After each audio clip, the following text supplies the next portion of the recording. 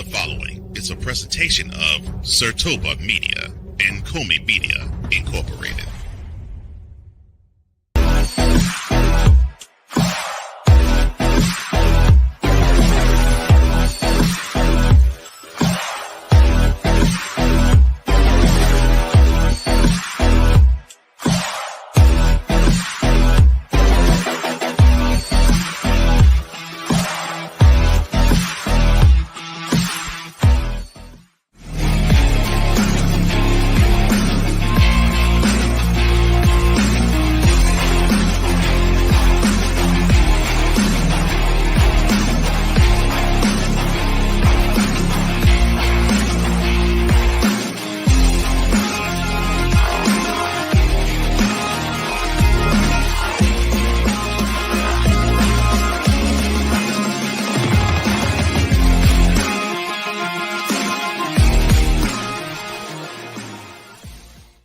Welcome, one and all. It's that time again. It's time for Total Football Talk Extra as we are inside the CFL yet again.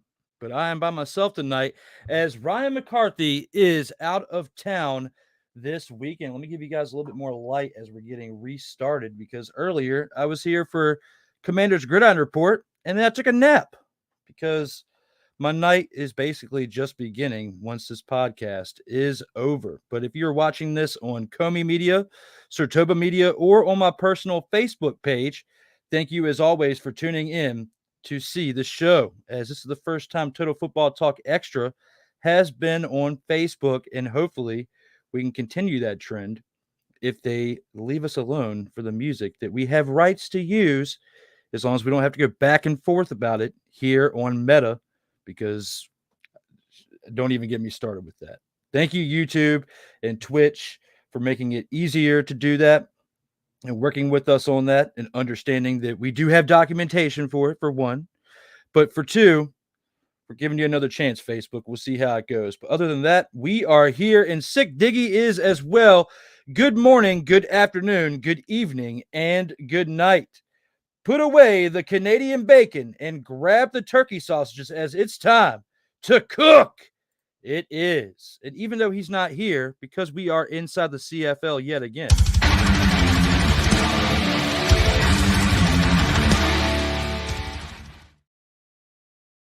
Technically, it still fits because even though he's not here, we are still talking CFL tonight. And Sick Diggy is here with us. And thank you again for being here for both the previous episode of Commander's Gridiron Report and now Total Football Talk, as I'm rolling solo tonight with this show. But other than that, we're going to go ahead and take this into the first segment, the opening drive, once we acknowledge Snowman is in the house. And Snowman says, TFT Extra. We appreciate you having you here, brother, as always, and I'll even give you a slide, but I might have to switch it over to the Total Football Talk folder to give you this special slide. And we'll just have this background here. I'll take this graphic off because Cole isn't here with me, but what I can do is give you a...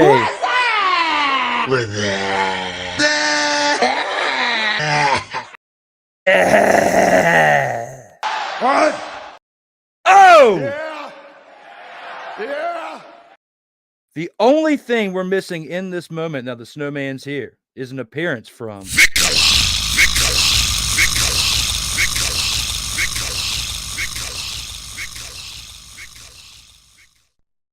As you know, he would show up here and tell me this. Stop it.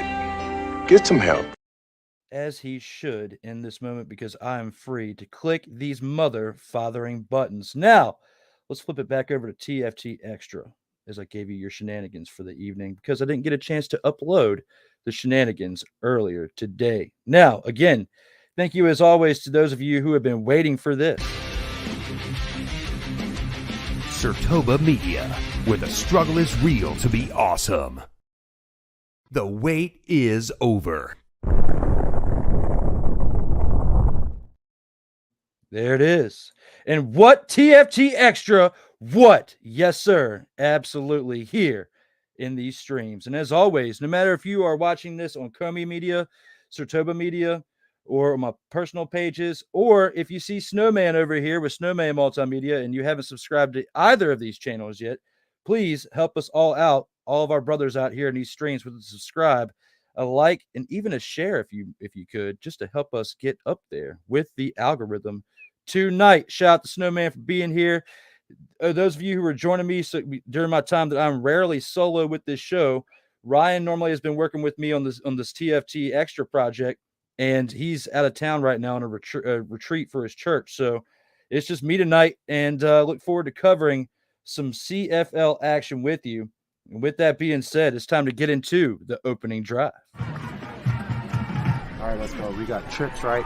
At 42, 989. On two. Ready? Hey!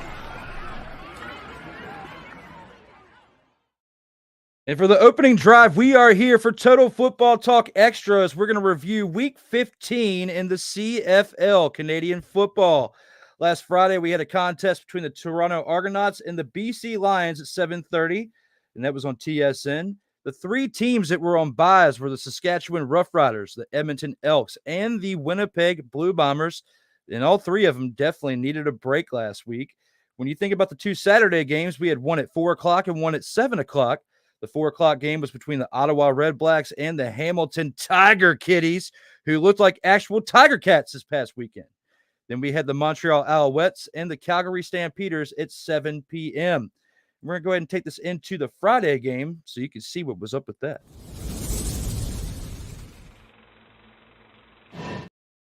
And here with the Friday game, we have the Toronto Argonauts crushing the BC Lions 33-17. And let's take a dive into this game right quick.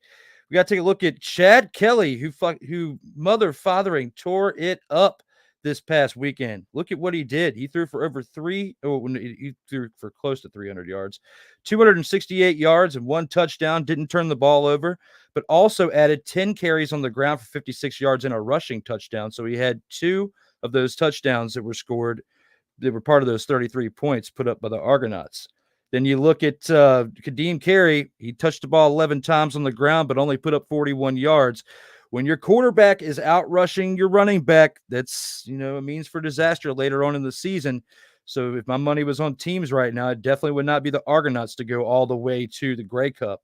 And we'll see how that pans out for this team later on, because I'm not sold on this team when you have a quarterback that's running like that and your running back is getting 41 yards on 11 carries, averaging 3.7 yards per carry, when your quarterback is almost averaging an additional 2 yards on top of what you averaged per carry. It's pretty sad. So they got to do better with that. There's other NFL teams we could talk about, but tonight we are talking Canadian football. The star for this team, though, for the Argonauts was Mackay Polk, who had 6 receptions, 116 yards, and that one receiving touchdown from that one passing touchdown thrown by Chad Kelly. Chad Kelly's come in, basically the third string quarterback, even though he served as his suspension time, then came in, he would have been the QB1 had the season started without a suspension from him.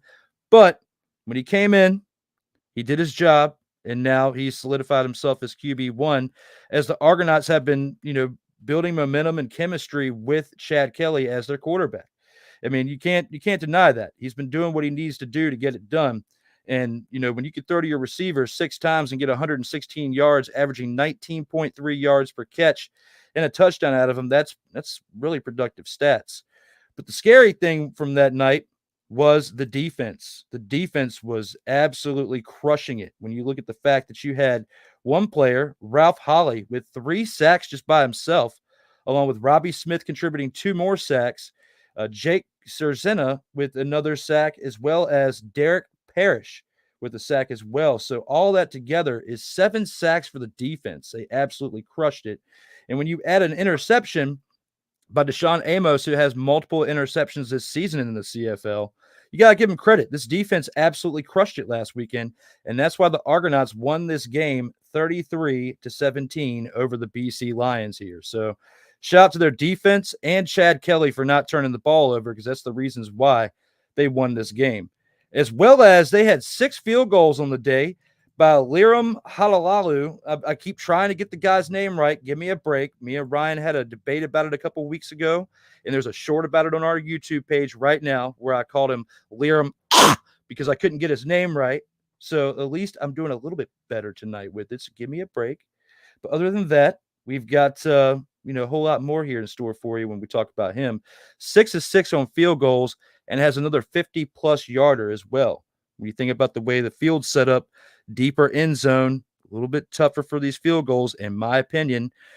50-yarders aren't as easy in the CFL, in my opinion, as they are in the NFL, the way the rules are set up. So his long of 51 yards adds to a streak of, I think almost every single week he's played this year, he's had a 50-plus yard field goal out of all of his field goals he's kicked. Now, has he kicked 6 field goals every single week? No, he has not. But he has been very consistent with the 50-plus yard field goals. And if they get into the playoffs, it's going to be because Chad Kelly continues to not turn the ball over. The defense continues to play, with their heads are cut off, like they're on fire, like literally on fire, running around, tackling the first thing they see.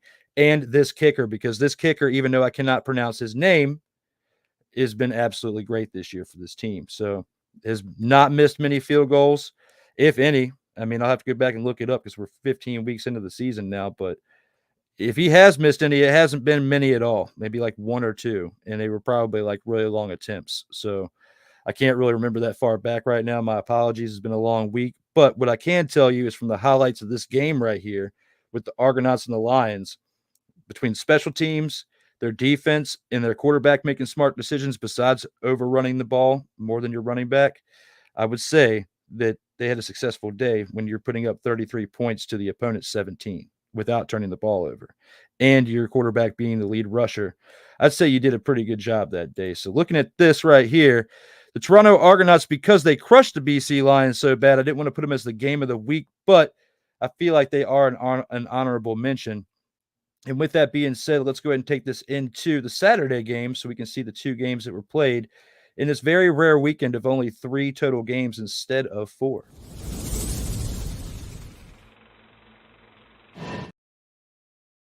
Keep those comments rolling, you guys, because you're getting a little quiet out there. If you can bring them on in, I'd greatly appreciate it between all the platforms that you're on.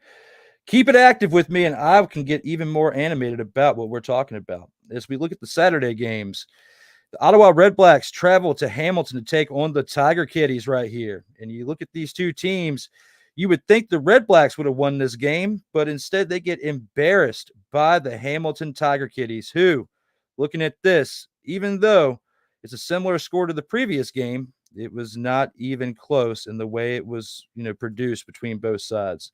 It was absolutely dumpster pelican worthy when you look at the production between, the Redblacks and the Hamilton Tiger Cats, not on the Tiger Cat side, but on the Redblacks side. And, that I'll have to download that transition as well, because I don't have that one for this, but I was going to click it and it wasn't there. But what I can do is this.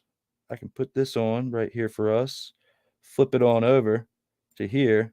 It should have me there. And then what I can do is say that this game was absolutely bowling shoe ugly. And that button is right here.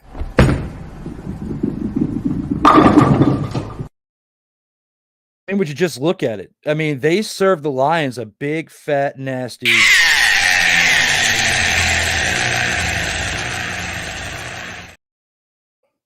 Absolutely. Look at that. I mean, take the L away, bring it back to here. I mean, they still served it up to him no matter which way you dice it up. It was terrible.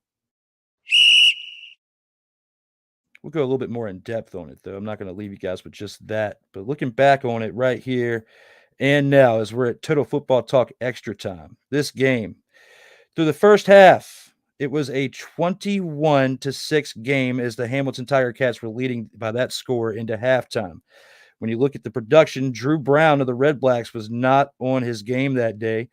He was 17 of 27, had 10 incompletions for only 164 yards and 1 interception. Jeremiah Masoli comes in again for, another second or third time this season and contributes 2 touchdowns and 2 interceptions. and garbage time during the second half for this team, as Drew Brown could just not get it done during the first half. Their rushing was one of the bright spots, though. Kalen LeBourne had 13 carries for 84 yards on the day, as well as Dominique Rhymes continues to shine in this receiving core with 10 receptions for 129 yards for 1 touchdown. Now, he did not start really get going until the second half when they had the quarterback change in there, but he did the best he could in the first half, as well as Justin Hardy, who put up 8 receptions for 103 yards, and Andre Miller contributed with another touchdown, part of those 2 touchdowns that were thrown by Masoli, as he had 2 receptions for 34 yards on the day. But the defense was where the problem was. Yeah, they had an interception, and it was by Brandon Dandridge, who's had multiple interceptions this year, but no sacks on the day, not enough pressure to the other team's quarterback. That's why this team lost this game to the Hamilton Tiger Cats, because Bo Levi Mitchell didn't have much pressure on him for the day. He was 20 of 27 for 299 yards, only 1 yard short of throwing a touchdown, and had 2 touchdowns. 1 yard short of throwing for 300 yards. He had 2 touchdowns and 1 interception on the day. Now, looking at the rushing attack, this is what helped them out as well. Greg Bell has been an absolute stud this year for their running back core. And you look at it, 15 carries for 99 yards on the day, along with 10 carries by Ante Milanovic Latier. And Ryan's probably going to butcher me for that next week, but 10 carries for 36 yards. The yardage isn't what's the impressive part, is that he added another 10 carries to the 15 by Greg Bell, and they ran the ball 25 times, plus the quarterback run by Talia Tungavailoa, the brother of Tua Tungavailoa, in this game. He had 1 carry for 0 yards, but when you add them all up, their running backs, or rushing attack, as you'd say, had 26 total carries on the day for a total of 135 yards. When you have that type of production out of your team, look past the yards per carry, but look at the amount of times they were able to successfully get a running play off. That's going to definitely wear out your other defense, and a good portion of why the Redblacks just could not bring anything towards the Hamilton Tiger Cats at all. I mean, their defense looked really, really bad on their defensive front, and as well as their secondary. Like, they really need to overhaul that defense this offseason when the season's over. That's my suggestion to the Ottawa Redblacks, regardless if they're 8-4-1 and still have a chance of making a run at the Grey Cup. They're not going to get that far if that team continues to play like that against very, very, very subpar teams like the Hamilton Tiger Kitties, like we talked about all year long. So looking at that, that's a big portion of why the Tiger Cats won this game. You also look at the kicking. Mark Lehio did put up 2 field goals and, added towards that 37-point, score that they got. But he missed 2 field goals as well, which he has been kind of inconsistent at the kicking position for the Tiger Cats. Even though I nicknamed him Lehio Maehiho, looking at all that right there, it's just not enough to carry you through with that compassion. As their punt returns, they also had a 33-yard punt return for a touchdown, and absolutely crushed it out there with special teams. So between special teams, between their passing with Bo Levi Mitchell, he was consistent, although he did throw 1 interception, their rushing attack, and their leading receiver, Stephen Dunbar, with 8 receptions for 151 yards and 1 touchdown. They absolutely crushed it in comparison to how they normally play. So I got to give them a shout out where it's due on this play. And now we have to get to what we would like to call the game of the week, which I don't have that transition, but it's all good because we'll make it work with the Saturday one.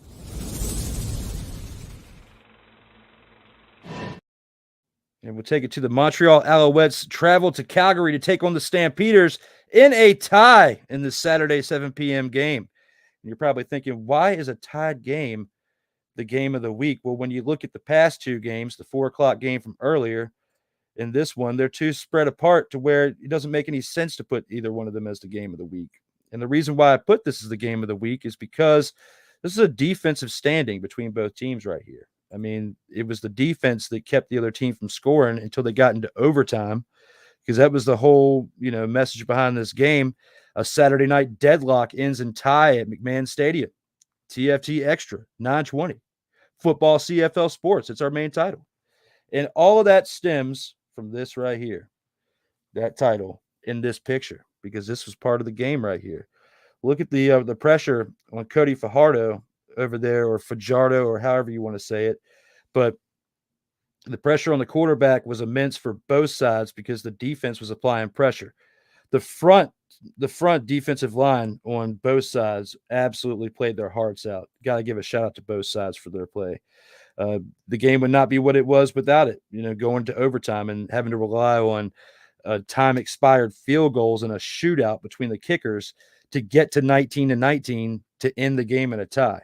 The rules within CFL and football are very different when it comes to overtime rules, end of regulation, and how it all transpired. And it looks similar to like a soccer game when you go into sudden death. It's pretty much what it was. You go through the overtime.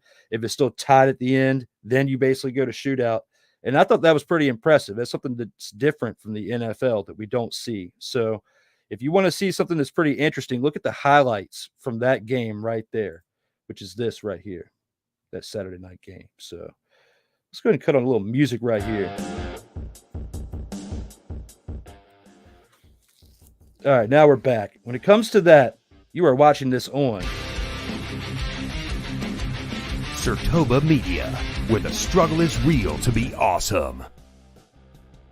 As we are live here tonight for just a little bit longer as we're going through this opening segment. Let me bring my awesome graphic back up. Here we are, Total Football Talk Extra. We've gone through the first game, the second game, and now the third one is here where we're talking about this tie. And looking at the tied game, let's look at the fact that you had two teams, one of them being a pretty decent team, the Alouettes, who have been at the top of the charts all year long, along with the Calgary Stampeders, who have not been fortunate enough to say that. Is with this tie, they are now 4-8-1. But if you look at the other team, they are 10-2-1. The biggest difference between the leagues of the NFL and the CFL is it doesn't really matter necessarily of your standings. What matters is your actual points that you put up. So this game could come back to bite the Montreal Alouettes when it comes to seeding in the playoffs later when they're contending for a Grey Cup. We'll have to look back on this when we get closer towards the end of the season. But right here and now, they're still sitting in a pretty decent spot. Calgary's pretty much out of it now that they've got a 4-8-1 record. There's no way they can have a winning record by the end of this season now. But we'll see what happens with them leading into the offseason and coming back next year to see if them and the Tiger Cats and other teams that have fallen off this year, like, the Saskatchewan Roughriders, because it doesn't look like they're going to make it. Other teams that can potentially rise back up in 2025. But looking at this week, though, week 15, Saskatchewan Roughriders, the Edmonton Elks, and the Winnipeg Blue Bombers all had week 15 buys. And I guess I accidentally had a typo there. It's supposed to be week 15 bye, not week 16. But you get the point right there. It's been a rough week. Give me a break. But right here and now, when you look at this, when we go ahead to next week, we've got a lot of interesting things at bay for this league in the CFL, and I look forward to seeing where it all goes from here. And now it is time to go from the opening drive to the grand champ. All right, let's go. We got trips right at 42, 989 on 2-on-2-on-2. Ready? Ready. Total Football Talk Extra.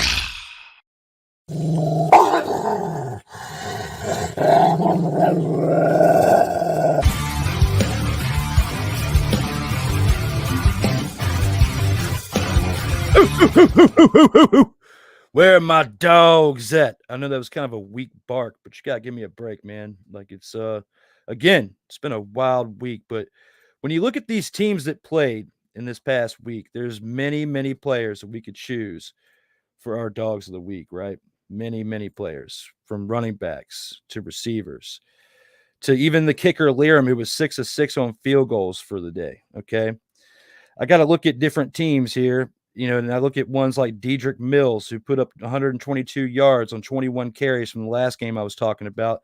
He did that for the Stampeders to keep them alive in the game versus the Alouettes. You got to look at other players from other teams as well. Looking at Bo Levi Mitchell from the Tiger Cats. What he did with 20 of 27 for 299 yards and 2 touchdowns was great. But that interception that he threw kind of throws it off a little bit. So taking that out of the equation, taking that man out of there, there's other players that I would say that deserve it over that. Stephen Dunbar, who helped him look good, 8 receptions for 151 yards for the Tiger Cats. That's somebody that I would put on that pedestal, but we're not even going to go with that. We're going to go with somebody that helped their team absolutely destroy the other team.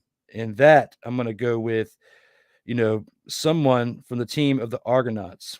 I got to give my props to Chad Kelly this week. 268 yards, 1 touchdown. I know it's less than what Bo Levi did, but the consistency of not turning the ball over is very important. Setting up the drives for your kicker to go out there and kick 6 field goals. I believe the quarterback deserves credit for that. Punt returns also by Janarian Grant also helped out with field position because he had 7 returns for 140 yards. So that right there was big in itself too. But when you put all that aside, between the man, Chad Kelly, and his receiver, Mekhi Polk, if I were to have co-grand champs this week, they would be the 2 that I would pick. But if I'm forced to have one, I'm going with Chad Kelly because of how he has progressed since being thrusted in there after missing several games to start the season. So Chad Kelly is this week's dog of the week for my choice. And hopefully you all can agree with that. And we'll see when we come back for the Snowflake of the Week.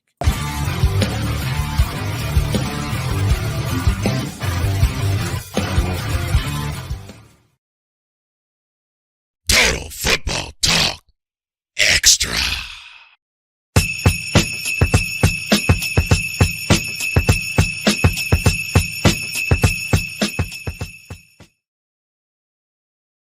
Oh, yeah. It's that time again. It's time for the Snowflake of the Week. One of my favorite parts of the week, and the fact that I get to do it twice now between 2 different leagues is pretty sweet. The NFL on Monday mornings, here on Friday nights, a little bit later than normal. Ryan and I usually start this off around 5 p.m., but it's been a pretty abnormal day. So besides all that, we're getting it going, and we're still pumping out the content just a little later. And thank you all for tuning in to watch this, whether you're watching it on COMI Media or SIRTOBA Media, where the struggle is real to be awesome. Shout out to my man Cole Johnson for making that awesome transition right there, as well as the other transitions that you see along this show, because if it wasn't for him, this show would not look as great as it does now. He's making me look really, really good. But we said we're here for the Snowflake of the Week. And with that, we have to talk about the one player that absolutely was dumpster Pelican worthy for their team. That, more than likely because of their play, they're the reason why the team lost the game. And there's multiple teams we could look at. The BC Lions. We could look at, we could look at the tie between the 2 teams, but I don't want to take a game of the week and dissect that. What I do want to look at is the Ottawa Redblacks, because the Ottawa Redblacks absolutely fell apart this week when they should have won this game against the Hamilton Tiger Cats. And the one person that I'm going to really look at when it comes to this is their quarterback, their starting quarterback, Drew Brown, and that's DRU Brown. I'm going to go with him because with the stats that he put up, 17 of 27, 10 incompletions for 164 yards, no touchdowns, and he turns the ball over with 1 interception, to the point to where your backup has to come in because you're playing so terrible. And he comes in and throws 13 and 19, only misses 6 passes for nearly 20 attempts for 20 more yards than you on 4 less completions with 183 yards. And he threw 2 touchdowns, even though he threw 2 interceptions. He still kept the team relevant enough to where they had a chance in the second half for a little bit, but then they started pulling away a little bit when you look at how the other team, known as the Hamilton Tiger Cats, a.k.a. the Tiger Kitties, played. Putting all that in perspective, I got Chad Kelly as my quarterback for the Dog of the Week, and I have got Drew Brown as my Snowflake of the Week. And now it's time to take it to the 2-minute drill.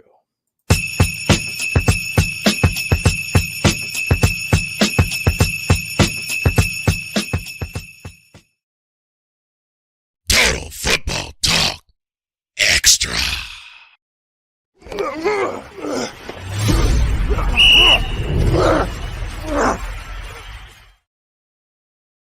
And now for the 2-minute drill. We shall get to the comments here in a minute. Thank you guys for the comments as we are live. But we're going to take it to the Week 16 preview for the 2-minute drill here for Total Football Talk Extra.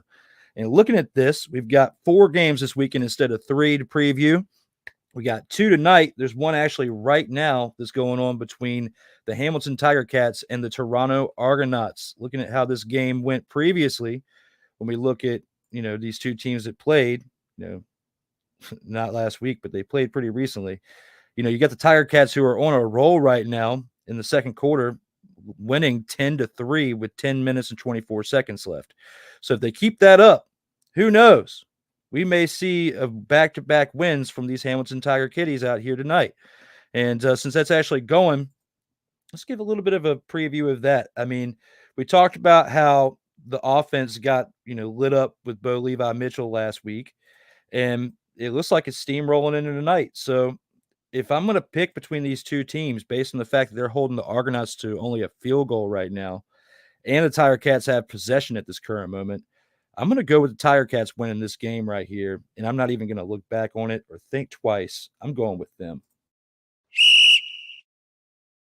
Now our next game that we have on the slate, let's pop it back up again.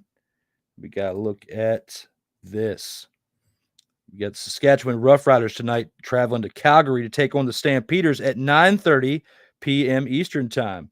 Between these two, I've had a lot of hope in the not the Stampeders, but the Saskatchewan Roughriders this year.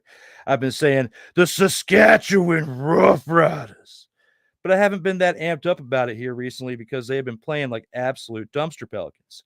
So next week I'll have that transition to click the button when I say that, but for right now, just use your imagination. If you've seen the Father Show, Total Football Talk on Mondays, you'll know exactly where I'm coming from between the mad scientist Cole Johnson and his creations. Clicking that button is absolutely great at this time, but we're working with what we got here. So with that, here in this moment, I'm going to have to say that between these two teams at 9:30 tonight, I'm going to go, and I'm probably going to regret it, I'm going to go with the Saskatchewan Roughriders because I got to have a small glimmer of hope for this team right here. You look at what they've done to start the season, they're like 5-1. Or like 4-1, and they've lost 7 out of their last 8 games between that and the tie. So they're on a bit of a funk, but they've had injuries that have definitely crippled them so far this year. So you got to give them a break. Give them a break when it's due, and I'm giving them a break right now and saying they're going to find a way with their backups to win tonight at 9:30 against a 4-8-1 Stampeders team. Because if the Stampeders win and the Roughriders lose, they will be just as dumpster pelican worthy as the Stampeders have been all year, and I just cannot accept that. I'm going to go with the Roughriders in this win. It's going to be close. It's going to be a horrible game to watch, but it's going to be something to behold. Hey. Who's giving them the business?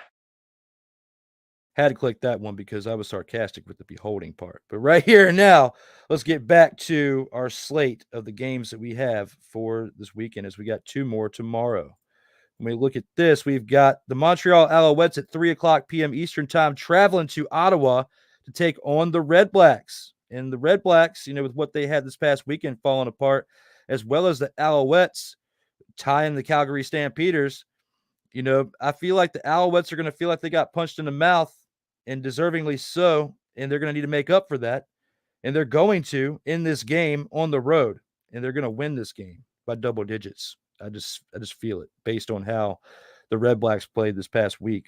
So going with that, I'm going to say the Redblacks lose, the Alouettes win decisively to get those points totals back up to help them out going forward. And that's who I have winning this game right here. Hey. Who's giving them the business? And now for our final game of the week, we have the Winnipeg Blue Bombers traveling to Edmonton to take on the Elks as the Elks host another home game. They hosted their last game they played in the week before the bye, and now they get to stay at home to play again this week in Week 16. And looking at this, I'm going to have to say that it's going to be a tough one to call because both teams are very, very subpar playing this year, except for the Blue Bombers have been on a roll lately, getting to a winning record. And the Elks have finally gotten to 5 wins. So with all that being said, I think I'm going to have to go with the Winnipeg Blue Bombers getting to 8-6, knocking the Edmonton Elks to 5-9, and knocking them out of the playoffs entirely for this season. Let's go ahead and take this into the post game.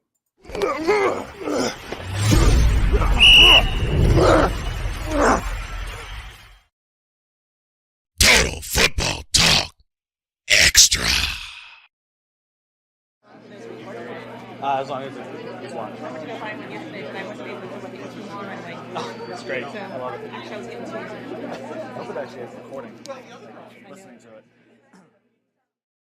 Got some comments out here. Let me go ahead and bring those up for you guys so we can acknowledge those before we get into the final take. But with that being said, we got Sick Diggy chomping it up and being my dude out here as always in the streams. The Snowflake of the Week is brought to you by Wild Blizzard Snow Cones, the coldest and wildest snow cones, available in outrageous orange, chili blueberry, blazing red cherry, and our sour green apple. Find them on our website whenever we get them out to you.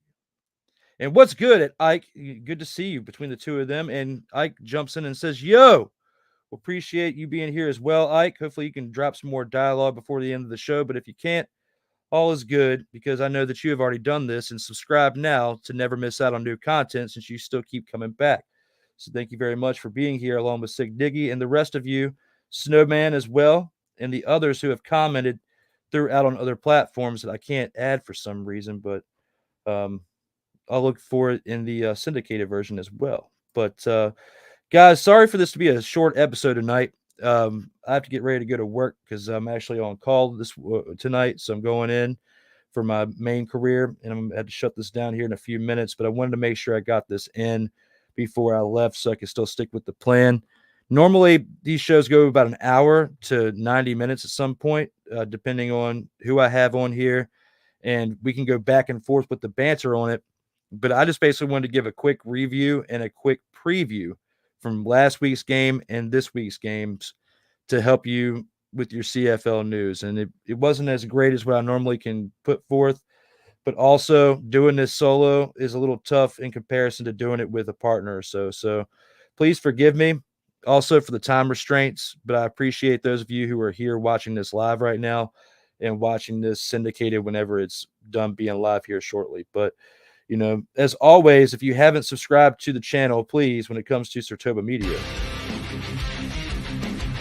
SIRTOBA Media, where the struggle is real to be awesome. Please, as always, subscribe now and never miss out on new content, as well as COMI Media, who is our partner with this program with Cole Johnson. Please make sure you check them out if you haven't already and hook them up with a like, share, and subscribe. And next week, we'll probably have some commercials up here to help you out with some advertisements of some of our other, content that you'll be seeing pop up throughout the weeks and the months ahead.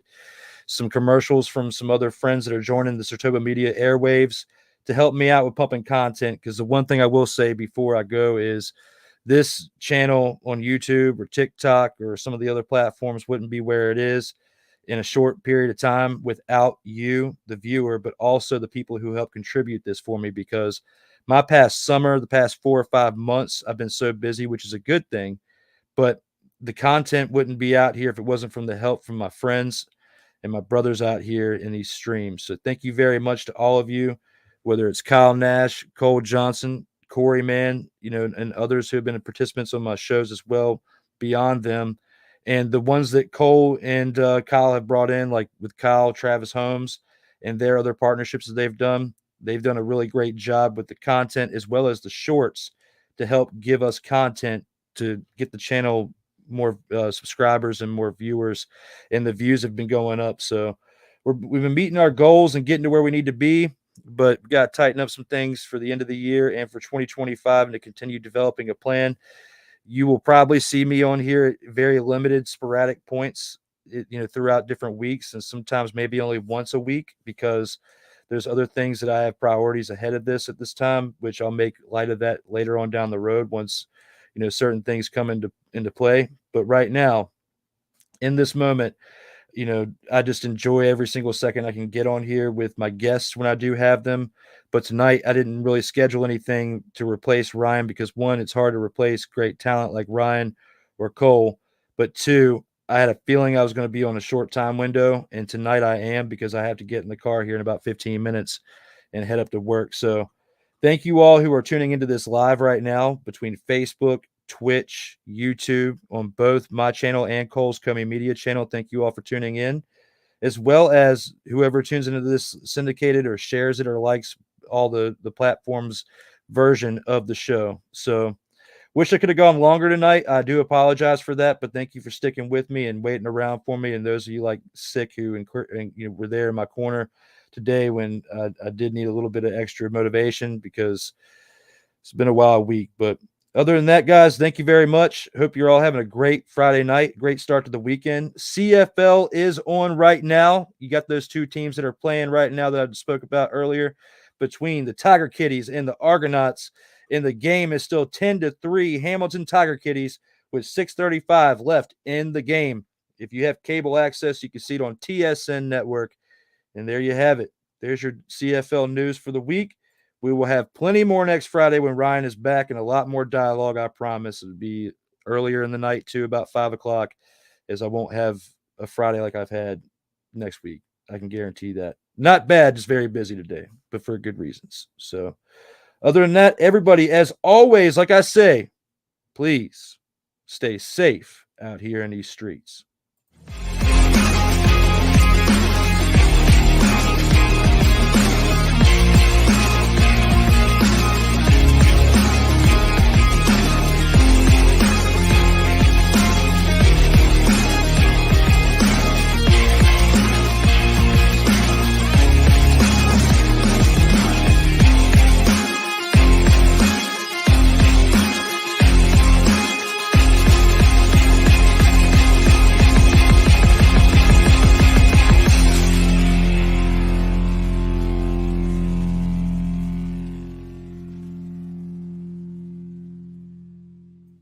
You don't have to go home, but you got to get on out of here.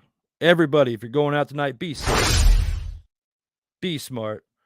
And if you need a friend to talk to, you can always hit me up on social media platforms or my phone number if you need it. As always, please be smart and stay safe out here in these streets.